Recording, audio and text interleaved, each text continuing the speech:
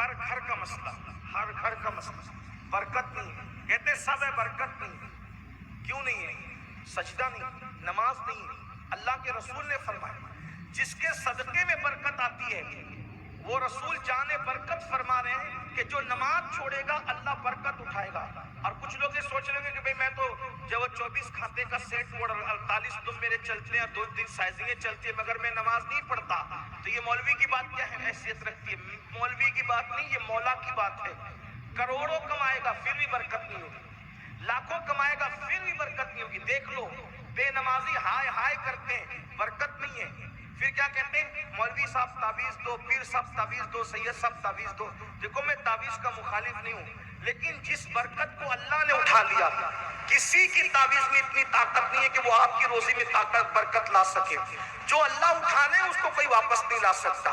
اس لیے پہلی بات اللہ کے رسول نے فرمائی روزی سے برکت جاتی۔ اب گھروں سے برکت گئی، پھر برکت جاتی تو ہم کیا کہتے ہیں؟ بندش کروا لیں گے کیونکہ کسی نے کچھ کر دیا۔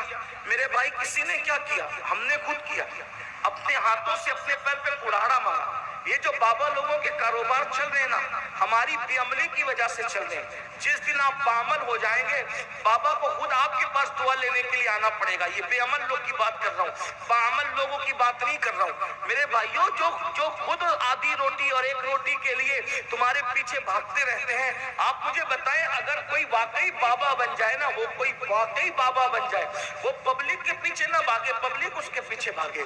یہ جو ہے وہ گاندھی جو چھپا ہوا ہے، اس کے لیے کتنی اناپ شناپ باتیں کرتے ہیں، ایمان کھونے والی باتیں کرتے ہیں، طریقت کے نام پہ اڑگم دڑگم باتیں کرتے ہیں، تمہیں اپنے شکنجے پھانسنے کی کوشش کرتے ہیں۔ یہ میں تعویذ کی مخالفت نہیں کر رہا ہوں، یہ جو جاہل گوار ان پڑھ یہ ان کے چکر اور چنگل میں پھنس کر کے اپنا ایمان بھی گواتے ہو۔ عورتیں جاتی تو عزت بھی گوا دیتی ہے، آبرو بھی گوا دیتی ہے۔ یاد رکھیں سب بابا ایسے نہیں ہوتے، لیکن آپ دیکھ لیں ہمیں پتا چلا ہے کہ بعض لوگ بابا گیری کے نام پر زنا کے دھندے کروا رہے ہیں۔ یہ حالت ہے، صورتحال ہے، خواتین جاتی آبرو دے آتی ہے۔ آپ کیا سمجھ رہے ہیں حالات کتنے نازک ہیں؟ اصل میں آپ موبائل گیم میں ڈوبے ہوئے ہو، آپ کو اپنے گھر کی خبر نہیں ہے، آپ کو اپنے معاشرے کی خبر نہیں ہے، آپ فیس بک میں ڈوبے ہوئے ہو، آپ کو کیا فکر ہے؟ اللہ اکبر۔ حالات سے آنکھیں بند کرنے کے لیے یہی تو تمہارے ہاتھ میں کھلونا دیا گیا ہے۔ اللہ کے بندو تم تھے، تم جدھر رخ کرتے تھے زمانے کی رفتار ادھر ہو جایا کرتی تھی۔ اقبال کہتے ہیں دیوان گانے عشق محمد کو دیکھ کر گھبرا گئی یہ گردش دورہ، کبھی کبھی گردن میں ہاتھ ڈالے ہیں ماہو نجوم نے، گزرا ہے ان حدوں سے مسلمان کبھی کبھی۔ دیکھیے میرے بھائیوں، ایک وقت کی نماز کے لیے صرف 10 منٹ لگتے ہیں۔ بہت اطمینان سے پڑھو گے نا، یہ ہمارے مبلغین کی اور علماء کی طرح 10 منٹ لگتے ہیں۔ اب مجھ جیسے دیہاتی کی طرح پڑھو گے تو کچھ ٹائم اور بھی کم لگے گا۔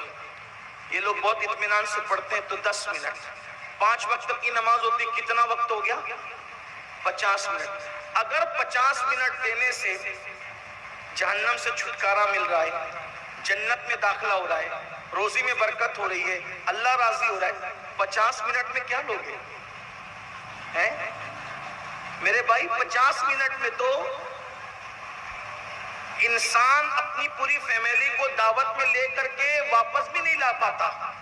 50 منٹ کا حال یہ، لیکن 50 منٹ کہاں لے جا رہے ہیں آپ کو؟ سوچو، صرف 50 منٹ نکالنا ہے بس، اور ملنا کیا ہے؟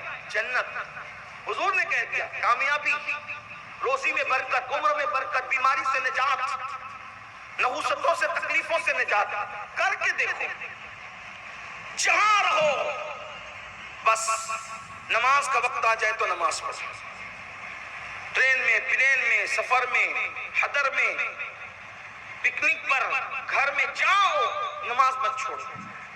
اگر اتنی تکلیف والا وقت آ جائے کہ بالکل نہیں پڑھ سکتے تو کم سے کم فرض پڑھ لو کسی بھی طرح، مگر پڑھ لو، چھوڑو مت۔